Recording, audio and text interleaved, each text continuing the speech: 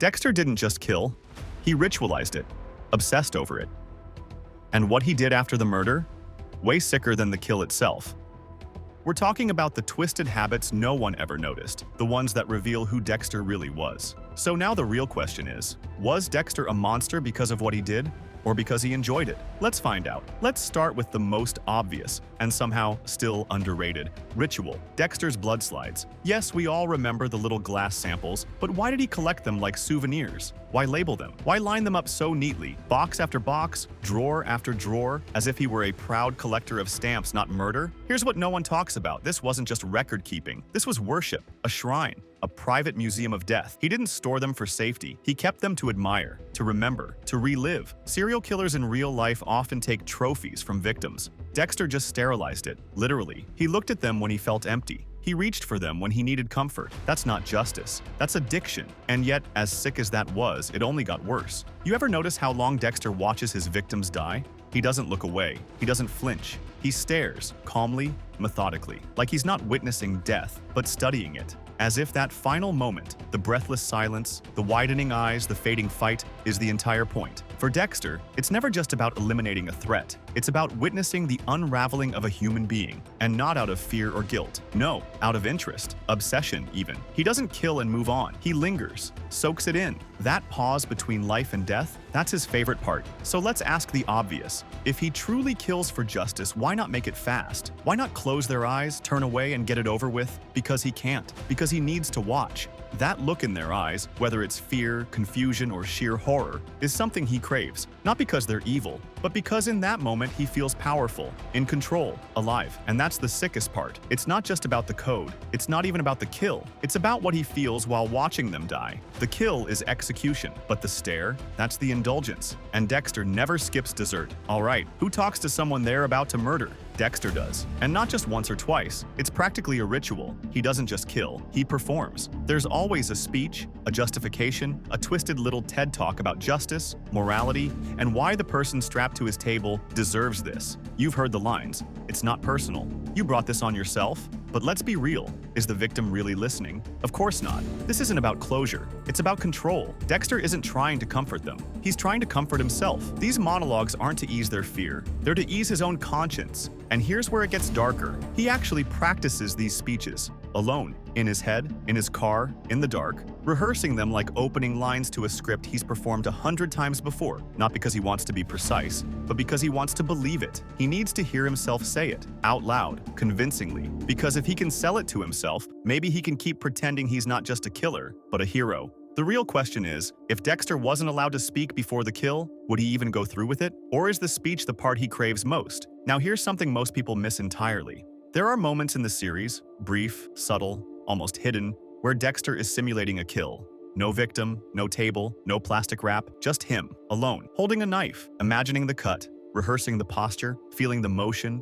It's not preparation, it's not strategy, it's fantasy. He's not planning, he's indulging. His hands remember every detail. His body replays every step, and you can see it. The calm in his face, the quiet satisfaction in his breath. It's like he needs the feeling, even when the act isn't real. This isn't about justice, it's not even about ritual. It's about relief, just like an addict scratching the itch before the next high. Like a musician playing the same chord until their fingers bleed, not because they have to, but because they can't stop. That's the difference between instinct and compulsion. And yet, people still call Dexter a hero, still excuse the murder because of who he kills. But habits like this? They're not signs of purpose, they're signs of dependency. Dexter wasn't waiting for his next victim. He was craving them, even when they didn't exist. Let's talk about what Dexter does after a kill, because this habit might be the most unsettling of all. He doesn't hide, he doesn't spiral, he turns into Superdad, the doting partner, the guy flipping pancakes like nothing happened hours earlier on a blood-soaked tarp. At first glance, it looks wholesome, domestic, safe, but it's not. It's guilt management, emotional laundering. As if making breakfast somehow balances out murder. Like hugging his son erases the memory of a knife sliding into someone's chest. This isn't love, it's compensation. He's not building a life, he's bribing himself into feeling human again, offering affection like a trade. Here's some kindness. Now forget what I did last night. And the scariest part? It works. At least for him. So the next time you see Dexter smile at his kid after a kill, ask yourself, is this redemption? Or just really well-disguised denial? Because the next habit? It makes this one look almost innocent. Here's something darker. Dexter doesn't just track his victims, he learns them. He memorizes their schedules, watches where they eat, sleep, cheat, and lie. He studies their routines like a researcher studies test subjects. But it's not just logistics, it becomes intimacy. He knows what makes them tick, what they fear, who they love, even what kind of coffee they order. That's not surveillance, that's infatuation. By the time Dexter moves in for the kill, he's not just dealing with a target, he's dealing with someone he's psychologically entangled with. Ever notice how he hesitates sometimes? That pause isn't doubt. It's emotional tension, because in a twisted way, he's connected. He doesn't just stalk, he forms one-sided relationships. Creepy? Definitely. But here's the real kicker. The deeper he dives into their lives, the more he sees himself in them. And once that happens, killing them isn't just hard, it's personal. Let me ask you this. If Dexter really wanted to stay hidden, why did he make so many reckless choices? Why keep blood slides in his own apartment? Why tell certain people just enough to make them suspicious? Why taunt dokes? Could it be because deep down, he wanted to be seen? We see it in real life. Serial killers who leave clues, who write to the press, who slip up on purpose. Maybe Dexter's sickest habit was hoping someone would stop him, and when no one did, he just kept going. There's a moment, it's brief and most people miss it, where Dexter smiles right after a kill. Not a grin, not joy, just a small, satisfied smirk. It's subtle, but chilling. Because in that moment, we're not looking at a vigilante. We're not looking at someone who had no choice. We're looking at a man who enjoys it. Not the justice, not the cleanup, the act. And maybe that was his real addiction. Now this one hits differently.